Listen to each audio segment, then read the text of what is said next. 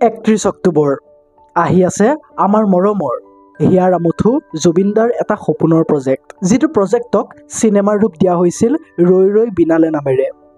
এইখন মাত্ৰ এখন চিনেমা নহয়, ই অসমীয়া চিনেমা জগতত এক অনন্য স্থান দখল কৰা ছবি। বিশেষকৈ জুবিন গাৰ্গক ভাল পোৱা আমাৰ সকলোৰে বাবে ই অতি বিশেষ। এই চিনেমাখন চাই আপুনি উত্তেজিত, গৌৰৱময় আৰু সমানে দুখিত অনুভৱ কৰিব। কিয় কৈছো, এইটো আপুনি যেতিয়া চিনেমাখন চাবলৈ যাব তেতিয়া উপলব্ধি কৰিব। চিনেমাখনৰ মাজে মাজে আপোনাৰ গা শিয়ৰি উঠিব। প্ৰতিবাৰে আপুনি অনুভৱ কৰিব জুবিনদাৰ অভাৱ আৰু তেওঁৰ মহানুভৱতা। আচলতে চিনেমাখনৰ মূল বিষয়টোৰ লগত জুবিনদাৰ মৃত্যুৰ বিষয়টো সম্পূৰ্ণভাৱে মিলি গৈছে। গতিকে আপুনি চিনেমাখনৰ লগত নিজকে কানেক্ট কৰিব পাৰিব। আজিৰ এই ভিডিঅ'টোত ৰৈ ৰৈ বিনালে চিনেমাখনৰ বিষয়ে কিছু কথা আপোনালোকক কম। গতিকে ভিডিঅ'টো শেষলৈকে চাই থাকক। ৰৈ ৰৈ বিনালে চিনেমাখন চাবলৈ যোৱাৰ আগতে আপুনি কিছু কথা জানি লোৱাটো অতি প্ৰয়োজনীয়। জুবিন গাৰ্গ নামটো কেৱল অসমতে নহয়, বিভিন্ন সংগীত আৰু চিনেমাৰ দৰ্শকৰ মাজত অতি পৰিচিত এটা নাম।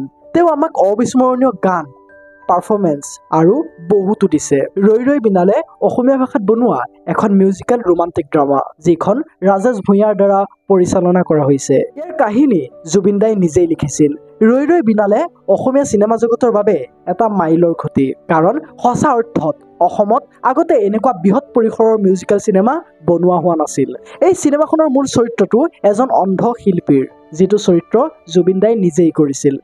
গতিকে আমাৰ জুবিনদাৰ অনুৰাগীসকলৰ বাবে এই ছবিখন এটাতকৈ অধিক দিশত বিশেষ। ই কেৱল জুবিনদাৰ আন এখন চিনেমা নহয়, ই হৈছে জুবিনদাৰ অহৰহ প্ৰচেষ্টা তথা জুবিনদাৰ নিজৰ একেবাৰে শেষৰখন চিনেমা। এই চিনেমাখন অসমীয়া সাধাৰণ চলি থকা চিনেমাতকৈ বহু সুকীয়া। গতিকে এই চিনেমাখনৰ পৰা বেলেগেও অনুপ্ৰেৰণা লৈ ভৱিষ্যতে এনেকুৱা আৰু বেলেগ বেলেগ টাইপৰ নতুন নতুন চিনেমা বনাব পাৰিব। জুবিন অনুৰাগীৰ বাবে এই চিনেমাখন বাৰু কিয় গুৰুত্বপূৰ্ণ? জুবিন দাই এই ছবিখনত কেৱল মাত্ৰ অভিনয় কৰা নাই, তেওঁ ইয়াৰ লিখক।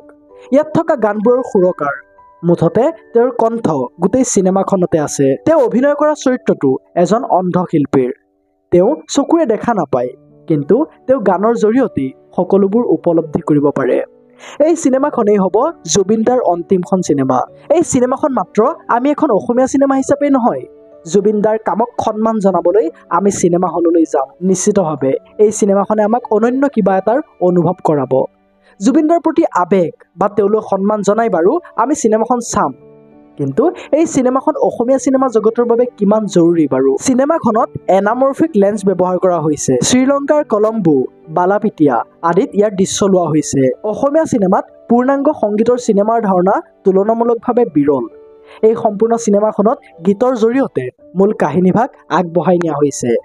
যদি এইখন চিনেমা সফল হয়, তেন্তে এনেকুৱা আৰু চিনেমা বনাবৰ বাবে আন আন প্ৰযোজকসকলো অনুপ্ৰাণিত হ'ব।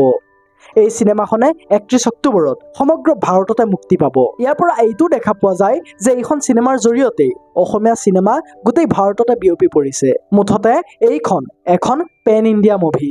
গতিকে ৰৈ ৰৈ বিনালে কেৱল মাত্ৰ এখন চিনেমা নহয়, ই হৈছে অসমীয়া চিনেমাৰ জগতৰ সকলোতকৈ উন্নত প্ৰযুক্তিৰে বনোৱা এক এনেকুৱা প্ৰজেক্ট, যিয়ে অসমীয়া চিনেমাৰ ষ্টেণ্ডাৰ্ডটোক আৰু এখোপ ওপৰলৈ লৈ যাব। এই ভিডিঅ'টোৰ শেষত এটাই ক'ম, ৰৈ ৰৈ বিনালেখন আপুনিও চাওক আৰু ঘৰৰ প্ৰতিজন মানুহকে দেখাওক। অসমৰ প্ৰায় প্ৰতিখন জিলাতে এতিয়া এক সপ্তাহ মানলৈকে প্ৰতিটো চিনেমা হলৰ ফুল বুকিং হৈ গৈছে। আপোনালোকে যেতিয়াই সুবিধা পাব তেতিয়াই চাব। মাহৰ পিছতো যাতে এইখন চিনেমা হলত লাগিয়ে থাকক। যদি আপুনি অসমৰ বাহিৰত দিল্লী, মুম্বাই, বাংগালুৰুত আছে, তেন্তে ওচৰৰ চিনেমা হলত গৈ গম লওক এই চিনেমাখন তাত লাগিছে নে নাই, আৰু চিনেমাখন চাই তাৰ ধনাত্মক দিশবোৰৰ বিষয়ে ছ'চিয়েল মিডিয়াত লিখক।